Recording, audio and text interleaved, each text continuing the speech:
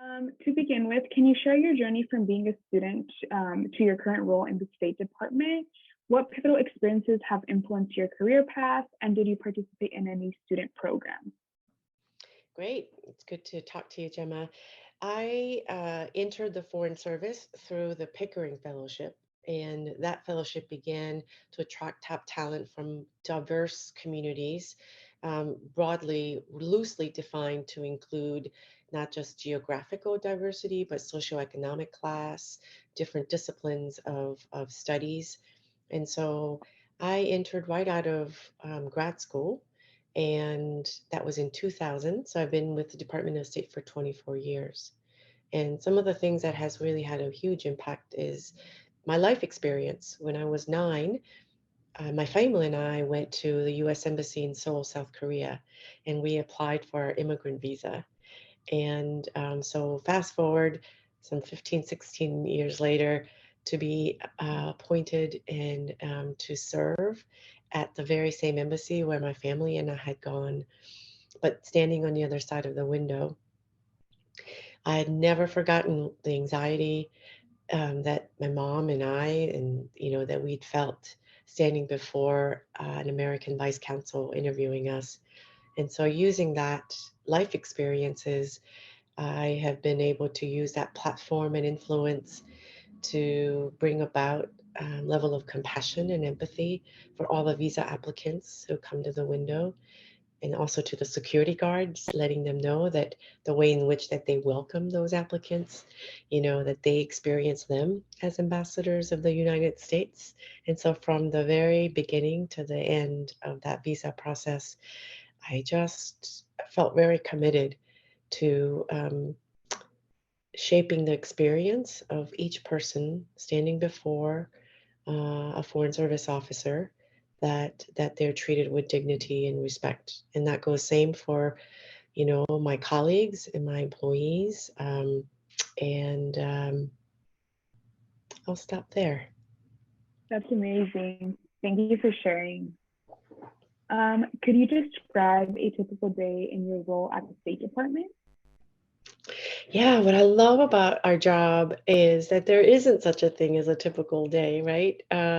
And it's often described as it's a perfect job for someone who has ADHD in jobs, because you get to reinvent yourself every 2 or 3 years as you go from post to post.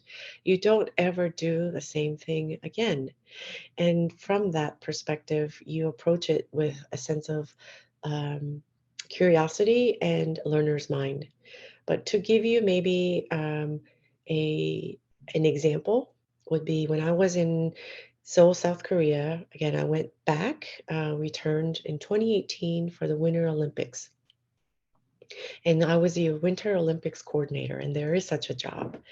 Why? Well, because the political officers were interested in making sure that the political actors like North Korea and China and the regional um, power of influence, that we weren't sure whether we were going to even have the Winter Olympics because of the actions that North Korea and the threats that they were posing. So they were looking at that angle. And then the economic officers were looking at ways to promote US trade and businesses leveraging that major event.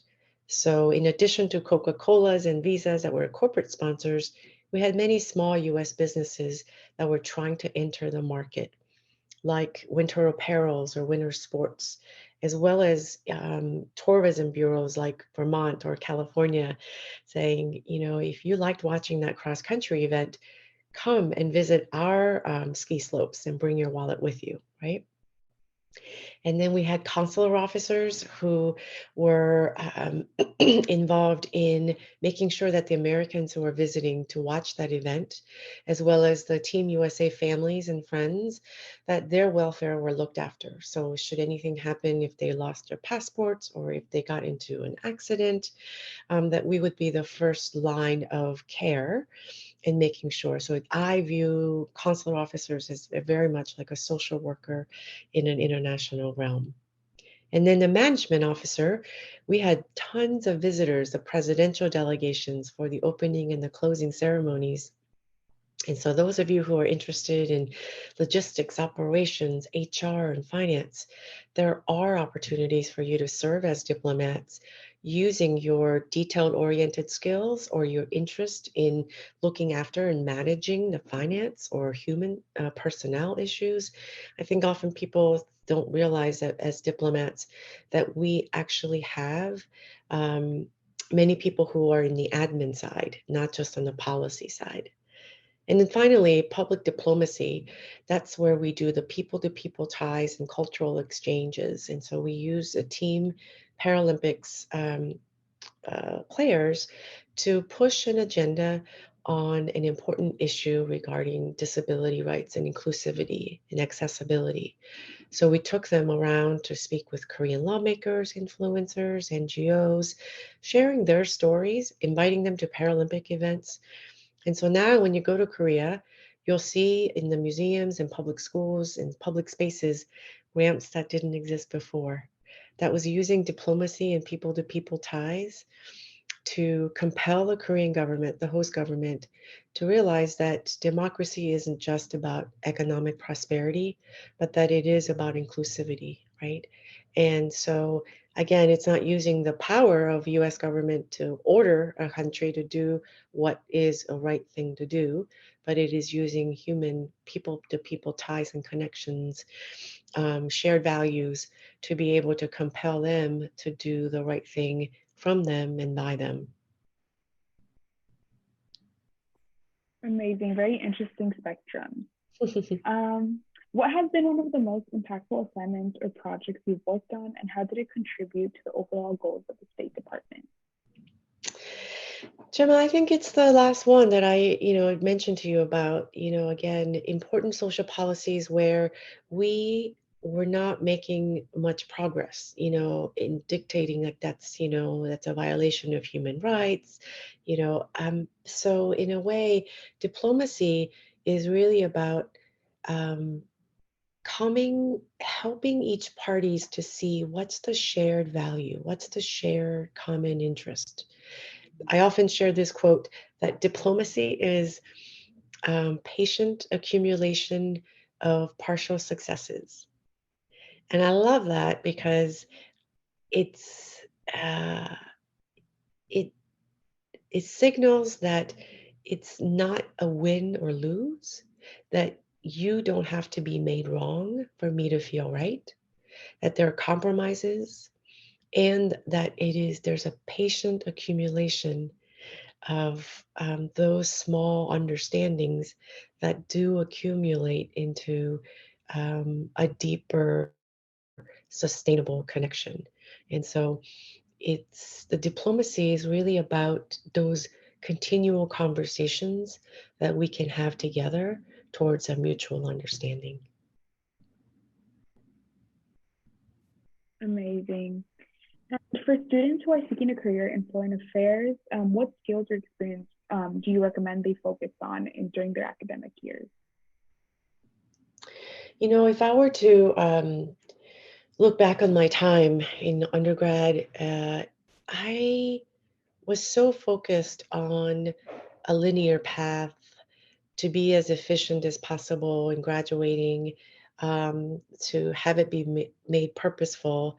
I think that's a part of the immigrant experience is that I know a lot of sacrifices had been made for me to be able to go to the school. And so I wanted to bring meaning to that, but that's a tremendous amount of pressure. And I wish in hindsight that I had taken more detours, that I allowed myself to really pursue something for sake of just learning something new, that it doesn't always have to be so focused on how does that land me into an internship or land into a job, that I can really use that time to discover for myself and by try on error, oh, that class looks interesting, or oh, that internship looks like an opportunity to gain a new perspective on something that I've always been curious about. So I would just say broaden your scope, right? That it's not a race, that it is a marathon, and to pace yourself, to realize that not everything is going to be sequential, that as I look at back on my arc of my career, it only makes sense in hindsight. So don't use that as a way of pursuing something forward, that somehow every step has to make sense. Um, and so expose yourself to internships that may not be international affairs, that it could be domestic policy, that it could be an issue that you, I don't know, whether if you hadn't considered an issue on human rights or climate change, how do they think? What's important for them? Right. So it gives you that discipline to be able to put yourself in the position of the other, right? Um, and to experience that anew. I know you briefly mentioned broadening our scope. For those students who are interested in foreign affairs and staying informed about international affairs, what Mhm. advice would you give to them to broaden their global perspective, even if they can't travel extensively? I love that question so much. So there are international communities around you, right? And so whether it is, NGOs that are working to resettle refugees who have been resettled in California or in the state that you are, or whether it is, teaching English as a second language, whether it is uh, I mean, again, what I love about what the technology has enabled us to do is accessibility of information at the tip of our fingertips, whether it is podcasts, whether it is different programs that you can virtually zoom into. And so again, to join the foreign service, the only requirement is that you are a US citizen, because we will give you a top secret clearance, and that you have a high school degree. Language proficiency is not a requirement.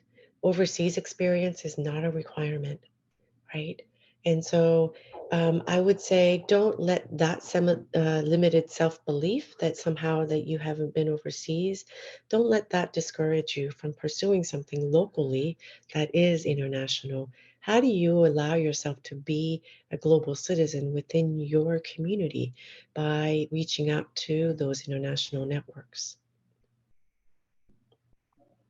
Amazing. I know you briefly touched upon this, but do you think there's any other ways that the State Department actively engages with the values and perspectives of young people in shaping U.S. foreign policy? Yeah, it's a great question. I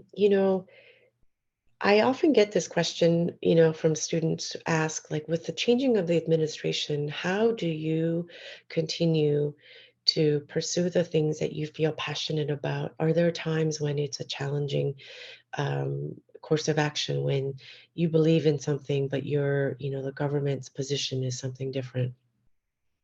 I think a lot of our young people have a very strong views and passions that I would love to be able to harness in helping and having them claim a seat at the table where policies are made so that they can influence the changes that they would like to see, right? And so oftentimes I also, on very issues that I felt very passionate about, saw myself as an activist, right?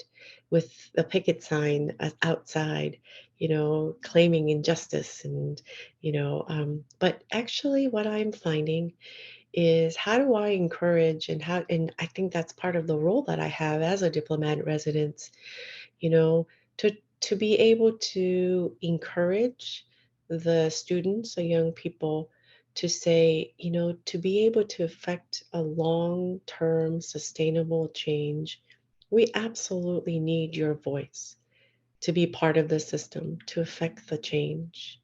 And so that's the goal that I have as a recruiter, to reach out to as diverse and opposing viewed students as possible, to say that we need you in government to so that you can be a change maker. Great answer. What challenges have you faced through your career in the Foreign Service, and how have you overcome those challenges? I think, I joined the Foreign Service, as a single person right out of grad school. So the adventures of travel, moving around, every 2 or 3 years, it really excited me. And it still does. But I must say, as I get older and now I have married and have kids, the frequency of our move and having to start again and make new friends and then having to say goodbye, it does take a toll and it is challenging. And how I've been able to sort of um, manage that is, you know, I'll use an example. When I was serving in Nepal, one of my friends, I went over to her house and she had this beautiful vegetable garden, flower garden that she'd made. She hung up all these intricate photos of her grandmother, her great, aunt, like a family tree photo. And I thought, Amy, we're only here for 2 years, you know? How, like, it looks like you've just planted your roots down here. And she looked at me and she said, Caitlin, 2 years. We're here for 2 long years. And I thought to myself, wow, that's a different perspective. And that has really shifted the ways in which that I engage, new friends, the ways in which that I choose to decorate my house, the government housing that is paid for and the utility that's paid for. I do hang up my pictures now. And psychologically, I think that has an impact of, okay, I've got 2 years or 3 years to make as deep of a relationship and friendship. And when I do say goodbye, that sense of that sorrow is actually an indication of just how much connection, the deeper connection that I have been able to make with the locals. And thanks to the technology, we're still able to stay in touch. And I must say, I have the best Airbnbs around the world from all the places that I have visited that I can take advantage of. I'm glad to hear that. I know that this job comes with a lot of responsibilities, and you mentioned your family. How do you balance out your work life with your personal life? I think, with the next generation, we have a responsibility to reshape the norms of what has always been. And so, one example is when I was in New Zealand as the consul general, the folks who had served there, the local staff over some 20 years, and said, I don't think we've ever had a consul general who had a young family. And I think that was because the expectation of that job or the role was that that I would stay late at night going to a lot of rep events or late meetings, or that I would also have to work on weekends. And so my sort of stake or stance was to help us reimagine what that role could be. So I shifted a lot of the events to breakfast meetings and to lunches instead of, after hours. I was able to prioritize with the consultation of the ambassador, like these are the top three policy priorities that we know that we are going to try to really push. And that means that we're going to have to say no more often than yeses, right? And so using that influence, authority, and for those of you who may not even have that authority or, but have the influence, I think it's you can shift the needle little by little. And so thereafter, my successors hopefully were able to keep the tradition of having those meetings as breakfast and as lunches. And my counterparts, actually, the Kiwis loved it. They'll blame the US government, the US Council, has called for this meeting at breakfast or lunch, so I must go. But secretly, they'll say, thank you. Now I can go home for dinner on time with my family. Very heartwarming. And for the final question, I wanted to ask, what is the importance of community within your career, and how do you serve your community and stay connected with your community roots? My community really is what I love about the Foreign Service is that the community has really been enlarged, global. Like, for example, my kids are now, my son's a junior in high school, my daughter is a freshman. And this is their first time ever in their life going to a school in America, even though they're Americans. and their perspective about, life and their friends, that they understand that they're a global citizen, not not like a cognitive exercise, but they really feel it. They understand it. So for example, when, again, back to Nepal, after we'd served there and came to the States for a visit, they'll say something like, "Oh, interesting."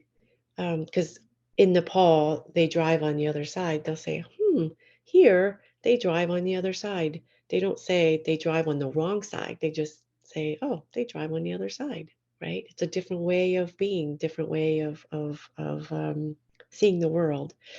And so I feel like that's the benefit of the Foreign Service, is that it, for good or for bad, forces you to realize the community is actually a lot broader, and that it's a lot diverse than I had imagined it to be.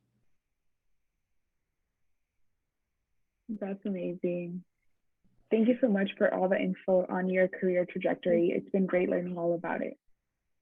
Well, thank you for the opportunity to talk to you and to encourage folks, who are thinking about a possible career in the Foreign Service, or the folks who are already in the Foreign Service and may have some self-limiting doubts, because I can really relate to that.